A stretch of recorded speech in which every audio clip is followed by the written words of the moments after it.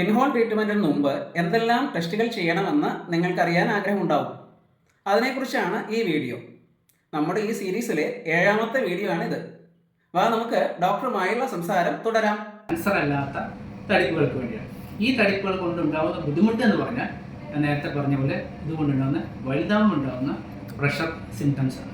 അപ്പോൾ തൈറോയ്ഡ് ഗ്രന്ഥിയിൽ ഒരു മുഴ നമ്മൾ കണ്ടുപിടിച്ചാൽ അത് നമ്മൾ സ്കാൻ ചെയ്തു നോക്കും. അടിസ്ഥാനപരമായി ഒരു അൾട്രാസൗണ്ട് സ്കാൻ, സാധാരണ എല്ലായിടത്തുമുള്ള ഒരു നല്ല അൾട്രാസൗണ്ട് സ്കാന് നമ്മൾ ചെയ്യുകയും ആ അൾട്രാസൗണ്ട് സ്കാനിൻ്റെ നമ്മൾ പിന്നെ തൈറോയ്ഡ് സ്കോറിങ് പറയും. അൾട്രാസൗണ്ടിൽ എന്താണോ അതിൻ്റെ ഒരു അപ്പിയറൻസ്, അതിനനുസരിച്ച് തൈറോയ്ഡ്സ് 1, 2, 3, 4, 5 എന്ന് പറഞ്ഞ് നല്ല വിദഗ്ധനായൊരു റേഡിയോളജിസ്റ്റ്, റേഡിയോ ഡയഗ്നോസ് ഡോക്ടർ അത് എഴുതി കഴിഞ്ഞാൽ അതിൻ്റെ അടിസ്ഥാനത്തിൽ ആ സൈസിൻ്റെ അടിസ്ഥാനത്തിൽ ഒരു മാനദണ്ഡങ്ങളുണ്ട്. ഇപ്പോൾ തൈറോയ്ഡ്സ് 3 ആണെങ്കിൽ 2-2.5 സെൻറ്റിമീറ്റർ വരെ നമുക്ക് ഒബ്സർവ് ചെയ്താൽ മതി. അതേസമയം തൈറോയ്ഡ്സ് 4, 5 ഒക്കെ ആണെങ്കിൽ കുറച്ചുകൂടി നേരത്തെ തന്നെ നമ്മളത് കുത്തിപ്പരിശോധിക്കും.